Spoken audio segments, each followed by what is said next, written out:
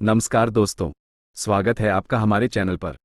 आज हम लेकर आए हैं हिंदी साहित्य के महान कथाकार मुंशी प्रेमचंद की एक और शानदार कहानी, दूध का दाम। ये कहानी हमें इंसानियत, ईमानदारी और कर्तव्य के असली अर्थ से रूबरू कराती है। तो चलिए बिना देर किए सुनते हैं प्रेमचंद जी की कलम से निकली ये दिल को छू लेने वाली कहानी। अब बड़े बड़े शहरों में दाइयाँ, नर्सें और लेडी डॉक्टर सभी पैदा हो गई हैं, लेकिन देहातों में जच्चेखानों पर अभी तक भंगिनों का ही प्रभुत्व है और निकट भविष्य में इसमें कोई तब्दीली होने की आशा नहीं। बाबू महेशनाथ अपने गांव के जमींदार थे, शिक्षित थे और जच्चेखानों में सुधार की आवश्यकता को मानते थे, लेकिन इसमें जो बाधाएं थीं उन पर कैसे विजय पाते। कोई नस देहात में जाने पर राजी न हुई और बहुत कहने सुनने से राजी भी हुई, तो इतनी लंबी चौड़ी फीस मांगी कि बाबू साहब को सिर झुकाकर चले आने के सिवा और कुछ न सूझा। लेडी डॉक्टर के पास जाने की उन्हें हिम्मत न पड़ी। उसकी फीस पूरी करने के लिए तो शायद बाबू साहब को अपनी आधी जायदाद बेचनी पड़ती। इसलिए जब 3 कन्याओं के बाद वो चौथा लड़का पैदा हुआ तो फिर वही गूदर था और वही गूदर की बहू। बच्चे अक्सर रात ही को पैदा होते हैं। एक दिन आधी रात को चपरासी ने गूदर के द्वार पर ऐसी हाँक लगाई कि पास पड़ोस में भी जाग पड़ गई। लड़की न थी कि मरी आवाज से पुकारता। गूदर के घर में इस शुभ अवसर के लिए महीनों से तैयारी हो रही थी। भय था तो यही कि फिर बेटी न हो जाए, नहीं तो वही बंधा हुआ 1 रुपया और 1 साड़ी मिलकर रह जाएगी। इस विषय में स्त्री पुरुष में कितनी ही बार झगड़ा हो चुका था, शर्त लग चुकी थी। स्त्री कहती थी, अगर अब की बेटा न हो तो मुंह न दिखाऊं। हाँ हाँ, मुंह न दिखाऊं, सारे लक्षण बेटे के हैं। और गूदर कहता था, देख लेना, बेटी होगी और बीच खेत बेटी होगी। बेटा निकले तो मूंछे मुंडा लून। हाँ हाँ, मूंछे मुड़ा लून। शायद गूदर समझता था कि इस तरह अपनी स्त्री में पुत्र कामना को बलवान करके वह बेटे की अवाई के लिए रास्ता साफ कर रहा है। भूंगी बोली, अब मूछ मुन्ना ले दाढ़ीजार। कहती थी, बेटा होगा। सुनता ही न था, अपनी ही रट लगाए जाता था। मैं आज तेरी मूंछें मुनड़ूंगी, खूंटी तक तो रखूंगी ही नहीं। गूदर ने कहा, अच्छा मुनड़ लेना भली मानस। मूंछें क्या फिर निकलेंगी ही नहीं? तीसरे दिन देख लेना, फिर ज्यों की त्यों हैं, मगर जो कुछ मिलेगा उसमें आधा रखा लूंगा, कहे देता हूं। भूंगी ने अंगूठा दिखाया और अपने 3 महीने के बालक को गूदर के सुपुर्द कर सिपाही के साथ चल खड़ी हुई। गूदर ने पुकारा, अरे सुन तो, कहाँ भागी जाती है? मुझे भी बधाई बजाने जाना पड़ेगा। इसे कौन संभालेगा? भूंगी ने दूर ही से कहा, इसे वहीं धरती पर सुला देना, मैं आके दूध पिला जाऊंगी। महेशनाथ के यहां अब भी भूंगी की खूब खातिरदारियां होने लगी। सवेरे हरीरा मिलता, दोपहर को पूरियां और हलवा, तीसरे पहर को फिर और रात को फिर, और गूदर को भी भरपूर परोसा मिलता था। भूंगी अपने बच्चे को दिन रात में 1-2 बार से ज्यादा न पिला सकती थी। उसके लिए ऊपर के दूध का प्रबंध था। भूंगी का दूध बाबू साहब का भाग्यवान बालक पीता था, और यह सिलसिला 12वें दिन भी न बंद हुआ। मालकिन मोटी ताजी देवी थी, पर अब की कुछ ऐसा संयोग कि उन्हें दूध हुआ ही नहीं। तीनों लड़कियों की बार इतने इफरात से दूध होता था कि लड़कियों को बदहजमी हो जाती थी। अब की एक बूंद नहीं। भूंगी दाई भी थी और दूध पिलाई भी। मालकिन कहती, भूंगी, हमारे बच्चे को पाल दे, फिर जब तक तू जिए बैठी खाती रहना। 5 बीघे माफी दिलवा दूंगी, नाती पोते तक चैन करेंगे। और भूंगी का लाडला ऊपर का दूध हजम न कर सकने के कारण बार बार उल्टी करता और दिन दिन दुबला होता जाता था। भूंगी कहती, बहूजी, मॉडर्न में चूड़े लूंगी, कहे देती हूं। बहूजी उत्तर देती, हाँ हाँ, चूड़े लेना भाई, धमकाती क्यों है?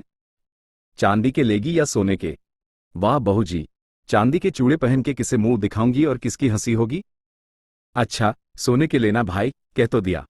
और ब्याह में कंठा लूंगी और चौधरी गूदर के लिए हाथों के तोड़े, वह भी लेना, भगवान वह दिन तो दिखावे। घर में मालकिन के बाद भूंगी का राज्य था। महरियां, महाराजिन, नौकर चाकर सब उसका रोब मानते थे। यहां तक कि खुद बहूजी भी उससे दब जाती थी।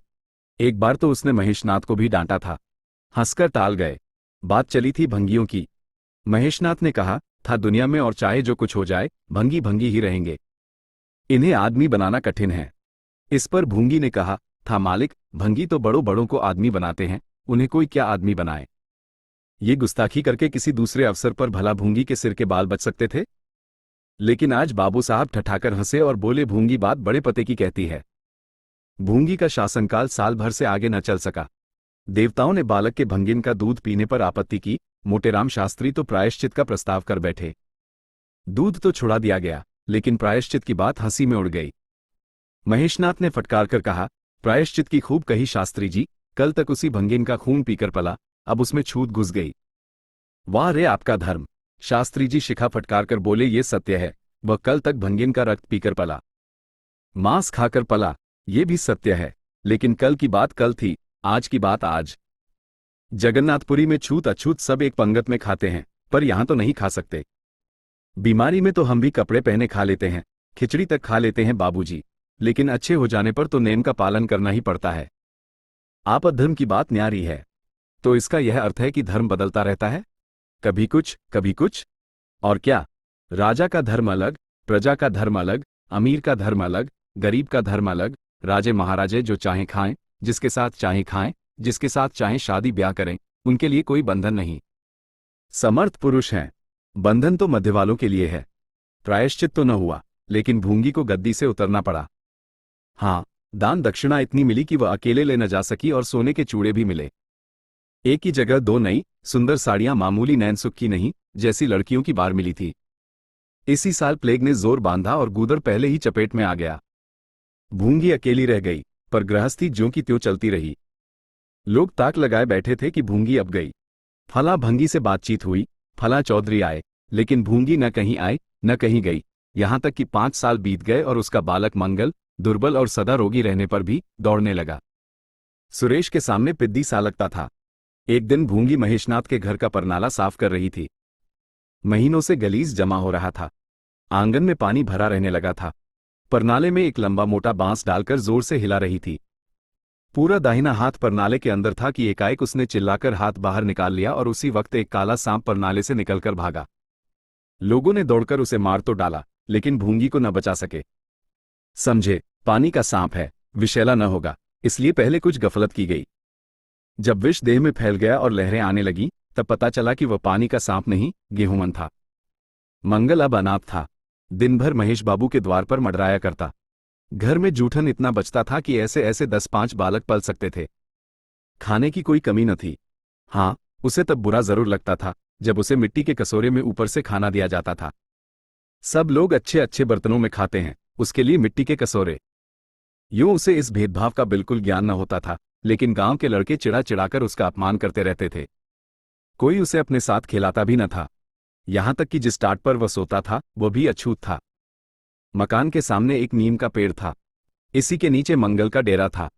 एक फटा सा टाट का टुकड़ा, 2 मिट्टी के कटोरे और एक धोती, जो सुरेश बाबू की उतारन थी। जाड़ा, गर्मी, बरसात, हर एक मौसम में वह जगह एक सी आरामदेह थी और भाग्य का बली मंगल झुलसती हुई लू, गलते हुए जाड़े और मूसलाधार वर्षा में भी जिंदा और पहले से कहीं स्वस्थ था। बस उसका कोई अपना था तो गांव का एक कुत्ता, जो अपने सहवर्गियों के जुल्म से दुखी होकर मंगल की शरण आ पड़ा था। दोनों एक ही खाना खाते, एक ही टाट पर सोते, तबीयत भी दोनों की एक सी थी और दोनों एक दूसरे के स्वभाव को जान गए थे। कभी आपस में झगड़ा न होता। गांव के धर्मात्मा लोग बाबू साहब की इस उदारता पर आश्चर्य करते। ठीक द्वार के सामने 50 हाथ भी न होगा मंगल का पड़ा रहना उन्हें 16 आने धर्म विरुद्ध जान पड़ा। छी, यही हाल रहा तो थोड़े ही दिनों में धर्म का अंत ही समझो।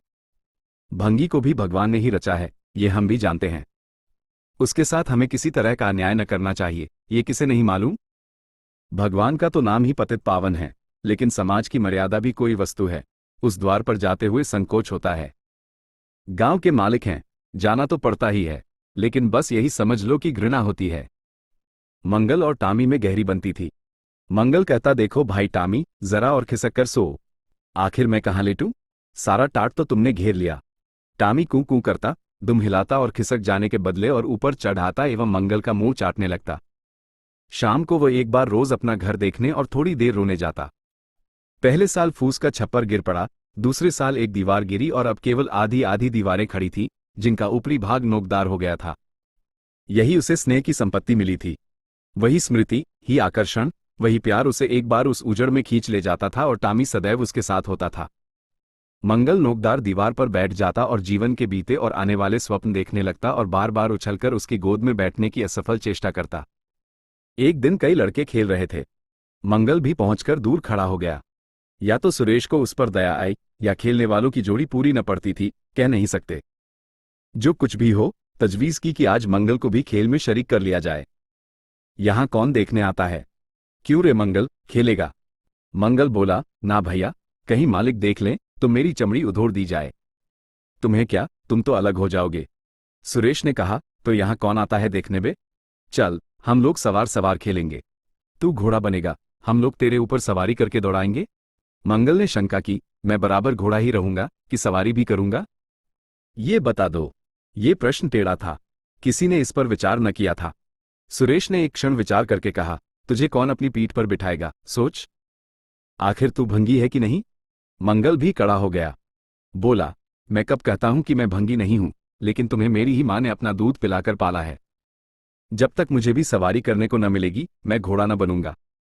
तुम लोग बड़े चगड़ हो। आप तो मजे से सवारी करोगे और मैं घोड़ा ही बना रहूं। सुरेश ने डांट कर कहा, तुझे घोड़ा बनना पड़ेगा, और मंगल को पकड़ने दौड़ा। मंगल भागा। सुरेश ने दौड़ाया। मंगल ने कदम और तेज किया। सुरेश ने भी जोर लगाया, मगर वो बहुत खा खाकर थुल थुल हो गया था और दौड़ने में उसकी सांस फूलने लगती थी। आखिर उसने रुककर कहा, आकर घोड़ा बनो मंगल, नहीं तो कभी पा जाऊंगा तो बुरी तरह पीटूंगा। तुम्हें भी घोड़ा बनना पड़ेगा। अच्छा, हम भी बन जाएंगे। तुम पीछे से निकल जाओगे। पहले तुम घोड़ा बन जाओ, मैं सवारी कर लूं, फिर मैं बनूंगा। सुरेश ने सचमुच चकमा देना चाहा था। मंगल का यह मुतालबा सुनकर साथियों से बोला, देखते हो इसकी बदमाशी, भंगी है ना। तीनों ने मंगल को घेर लिया और उसे जबरदस्ती घोड़ा बना दिया। सुरेश ने चटपट उसकी पीठ पर आसन जमा लिया और टिक टिक करके बोला, चल घोड़े चल। मंगल कुछ देर तक तो चला, लेकिन उस बोझ से उसकी कमर टूटी जाती थी। उसने धीरे से पीठ सिकोड़ी और सुरेश की रान के नीचे से सरक गया। सुरेश महोदय लत से गिर पड़े और भूपू बजाने लगे। मां ने सुना, सुरेश कहीं रो रहा है। सुरेश कहीं रोए तो उनके तेज कानों में जरूर भनक पड़ जाती थी और उसका रोना भी बिल्कुल निराला होता था, जैसे छोटी लाइन के इंजन की आवाज। महरी से बोली, देख तो, सुरेश कहीं रो रहा है, पूछ तो किसने मारा है। इतने में सुरेश खुद आंखें मलता हुआ आया। उसे जब रोने का अवसर मिलता था तो मां के पास फरियाद लेकर जरूर आता था। मां मिठाई या मेवे देकर आंसू पोंछ देती थी। आप थे तो 8 साल के, मगर थे बिल्कुल गावदी। हद से ज्यादा प्यार ने उसकी बुद्धि के साथ वही किया था जो हद से ज्यादा भोजन ने उसकी देह के साथ। मां ने पूछा, क्यों रोता है सुरेश, किसने मारा? सुरेश ने रोकर कहा, मंगल ने छू दिया। मां को विश्वास न आया। मंगल इतना निरीह था कि उससे किसी तरह की शरारत की शंका न होती थी, लेकिन जब सुरेश कस्में खाने लगा तो विश्वास करना लाजिम हो गया। मंगल को बुलाकर डांटा, क्यों रे मंगल, अब तुझे बदमाशी सूझने लगी? मैंने तुझसे कहा था सुरेश को कभी मत छूना, याद है कि नहीं, बोल। मंगल ने दबी आवाज से कहा, याद क्यों नहीं है? तो फिर तूने उसे क्यों छुआ? मैंने नहीं छुआ। तूने नहीं छुआ तो वो रोता क्यों था? गिर पड़े, इससे रोने लगे। चोरी और सीनाजोरी। देवी जी दांत पीसकर रह गईं। मारती तो उसी दम स्नान करना पड़ता। छड़ी तो हाथ में लेनी ही पड़ती और छूत का विद्युत प्रवाह इस छड़ी के रास्ते उनकी देह में पैवस्त हो जाता। इसलिए जहां तक गालियां दे सकी दी और हुक्म दिया कि अभी अभी यहां से निकल जा। फिर जो इस द्वार पर तेरी सूरत नजर आए तो खून ही पी जाऊंगी। मुफ्त की रोटियां खा खाकर शरारत सूझती है, आदि। मंगल में गैरत तो क्या थी, हाँ, डर था। चुपके से अपने सकोरे उठाए, टाट का टुकड़ा बगल में दबाया, धोती कंधों पर रखी और रोता हुआ वहां से चल पड़ा। अब वह यहां कभी न आएगा। यही तो होगा कि भूखों मर जाएगा। क्या हर्ज है? इस तरह जीने से फायदा ही क्या? गांव में उसके लिए और कहां ठिकाना था? भंगी को कौन पना देता? उसी खंडहर की ओर चला जहां भले दिनों की स्मृतियां उसके आंसू पोंछ सकती थी और खूब फूट फूट कर रोया। उसी क्षण टामी भी उसे ढूंढता हुआ पहुंचा और दोनों फिर अपनी व्यथा भूल गए। लेकिन जो जो दिन का प्रकाश क्षीण होता जाता था, मंगल की ग्लानि भी क्षीण होती जाती थी। बचपन को बेचैन करने वाली भूख देह का रक्त पी पीकर और भी बलवान होती जाती थी। आंखें बार बार कसोरों की ओर उठ जाती। वहां अब तक सुरेश की जूठी मिठाइयां मिल गई होती, यहां क्या धूल फांके? उसने टामी से सलाह की, खाओगे क्या टामी? मैं तो भूखा लेट रहूंगा। टामी ने कू कू करके शायद कहा, इस तरह का अपमान तो जिंदगी भर सहना है। यूं हिम्मत हारोगे तो कैसे काम चलेगा? मुझे देखो ना, कभी किसी ने डंडा मारा, चिल्ला उठा, फिर जरा देर बाद दुम हिलाता हुआ उसके पास जा पहुंचा। हम तुम दोनों इसीलिए बने हैं, भाई। मंगल ने कहा, तो तुम जाओ, जो कुछ मिले खा लो, मेरी परवाह न करो। टामी ने अपनी श्वान भाषा में कहा, अकेला नहीं जाता, तुम्हें साथ लेकर चलूंगा। मैं नहीं जाता। तो मैं भी नहीं जाता। भूखों मर जाओगे तो क्या तुम जीते रहोगे? मेरा कौन बैठा है जो रोएगा? यहां भी वही हाल है भाई। क्वार में जिस कुतिया से प्रेम किया था उसने बेवफाई की और अब कल्लू के साथ है। खैरियत यही हुई कि अपने बच्चे लेती गई, नहीं तो मेरी जान गाढ़े में पड़ जाती। 5-5 बच्चों को कौन पालता? एक क्षण के बाद भूख ने एक दूसरी युक्ति सोच निकाली। मालकिन हमें खोज रही होंगी क्या टामी? और क्या, बाबूजी और सुरेश खा चुके होंगे। कहार ने उनकी थाली से जूठन निकाल लिया होगा और हमें पुकार रहा होगा। बाबूजी और सुरेश दोनों की थालियों में घी खूब रहता है और वह मीठी मीठी चीज, हाँ मलाई, सब का सब घूरे पर डाल दिया जाएगा। देखें, हमें खोजने कोई आता है। खोजने कौन आएगा? क्या कोई पुरोहित हो? एक बार मंगल मंगल होगा और बस थाली परनाले में उंडेल दी जाएगी। अच्छा, तो चलो चलें, मगर मैं छिपा रहूंगा। अगर किसी ने मेरा नाम लेकर न पुकारा तो मैं लौट आऊंगा, ये समझ लो। दोनों वहां से निकले और आकर महेशनाथ के द्वार पर अंधेरे में दबककर खड़े हो गए। मगर टॉमी को सब्र कहाँ, वो धीरे से अंदर घुस गया। देखा, महेशनाथ और सुरेश थाली पर बैठ गए हैं। बरोठे में धीरे से बैठ गया, मगर डर रहा था कि कोई डंडा न मार दे। नौकर में बातचीत हो रही थी। एक ने कहा, आज मंगलवार नहीं दिखाई देता, मालकिन ने डांटा था, इससे भागा है शायद। दूसरे ने जवाब दिया, अच्छा हुआ निकाल दिया गया, सवेरे सवेरे भंगी का मुंह देखना पड़ता था। मंगल और अंधेरे में खिसक गया। आशा गहरे जल में डूब गई। महेशनाथ थाली से उठ गए। नौकर हाथ धुला रहा है, अब हुक्का पिएंगे और सोएंगे। सुरेश अपनी मां के पास बैठा कोई कहानी सुनता सुनता सो जाएगा। गरीब मंगल की किसे चिंता है? इतनी देर हो गई, किसी ने भूल से भी न पुकारा। कुछ देर तक वह निराश सा वहां खड़ा रहा, फिर एक लंबी सांस खींचकर जाना ही चाहता था कि कहार पत्तल में थाली का जूठन ले जाता नजर आया। मंगल अंधेरे से निकलकर प्रकाश में आ गया। अब मन को कैसे रोके? कहार ने कहा, अरे तू यहां था? हमने समझा कि कहीं चला गया। ले, खा ले, मैं फेंकने ले जा रहा था। मंगल ने दीनता से कहा, मैं तो बड़ी देर से यहां खड़ा था। तो बोला, क्यों नहीं? मारे डर के। अच्छा, ले खा ले। उसने पत्तल को ऊपर उठाकर मंगल के फैले हुए हाथों में डाल दिया। मंगल ने उसकी ओर ऐसी आंखों से देखा जिसमें दीन कृतज्ञता भरी हुई थी। टॉमी भी अंदर से निकल आया था। दोनों वहीं नीम के नीचे पत्तल में खाने लगे। मंगल ने एक हाथ से टॉमी का सिर सहलाकर कहा, देखा, पेट की आग ऐसी होती है, ये लात की मारी हुई रोटियां भी न मिलती तो क्या करते? टॉमी ने दुम हिला दी। सुरेश को अम्मा ने पाला था। टॉमी ने फिर दुम हिलाई। लोग कहते हैं दूध का दाम कोई नहीं चुका सकता और मुझे दूध का ये दाम मिल रहा है। टॉमी ने फिर दुम हिलाई।